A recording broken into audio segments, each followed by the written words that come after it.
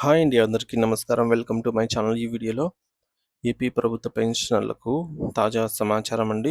Delhi high court తీర్పు. ప్రభుత్వ పెన్షన్లకు సంబంధించి తాజా సమాచారాన్ని ఈ వీడియోలో తెలుసుకుందాము. వీడియో అయితే ఎక్కడే కానీ స్కిప్ చేయకుండా ఎండ్ వరకు చూసేయండి. అప్పుడే ఇన్ఫర్మేషన్ పూర్తిగా అర్థమవుతుంది.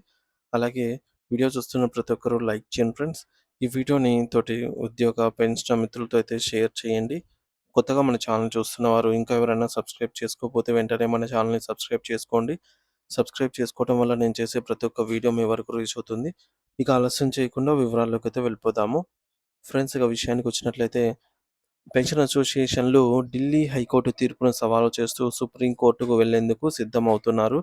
ఒక రిటైర్డ్ సుప్రీంకోర్టు న్యాయమూర్తి ఇచ్చినటువంటి సలహా ప్రకారంగా పెన్షన్ రివిజన్ అనేది చట్టబద్ధమైన హక్కు అని రూల్ నెంబర్ 37A(8) ప్రకారంగా కేంద్ర ప్రభుత్వ పెన్షన్లతో సమానంగా పిఎస్యూస్, బిఎస్ఎన్ఎల్ పెన్షనర్స్కి కూడా ప్రయోజనాలు అందించాలని చెప్పేసి ఉద్యోగ సంఘాలు వాదిస్తున్నాయి.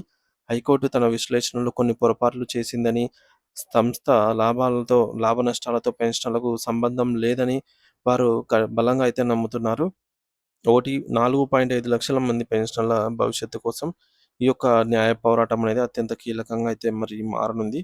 మొత్తానికి రిటైర్డ్ సుప్రీంకోర్టు న్యాయమూర్తి ఇచ్చినటువంటి ఈ యొక్క 6-7 కీలక పాయింట్లను ఆధారంగా అప్పీల్కు సిద్ధం చేయాలి. Pension versus revision. పెన్షన్ హక్కు అయినప్పుడు దాని సవరణ కూడా పెన్షన్లో భాగమే, దాన్ని విడదీయలేము. రూల్ నెంబర్ 37A క్లాజ్ 8 ప్రాధాన్యత. కేంద్ర ప్రభుత్వ పెన్షన్ రూల్స్లో వచ్చేటటువంటి మార్పులన్నీ తమకు వర్తింపజేయాలని చెప్పి ఈ రూల్నే ప్రధాన అస్త్రంగా అయితే వాడుకోవాలి. సంస్థ ఆర్థిక పరిస్థితి. బిఎస్ఎన్ఎల్ నష్టాల్లో ఉండటం అనేది పెన్షన్ రివిజన్ ఆపడానికి కారణం కాకూడదు. ఎందుకంటే పెన్షన్ బాధ్యత ప్రభుత్వం తీసుకుంది కాబట్టి. కోర్టు ఇంటర్మెషన్. హైకోర్టు ఉత్తర్వుల్లో లేని విషయాలను ప్రోరేటా పెన్షనర్లకు ఆపాదించడానికి సుప్రీంకోర్టు ఛాలెంజ్ అయితే చేయాలి సుప్రీంకోర్టులో.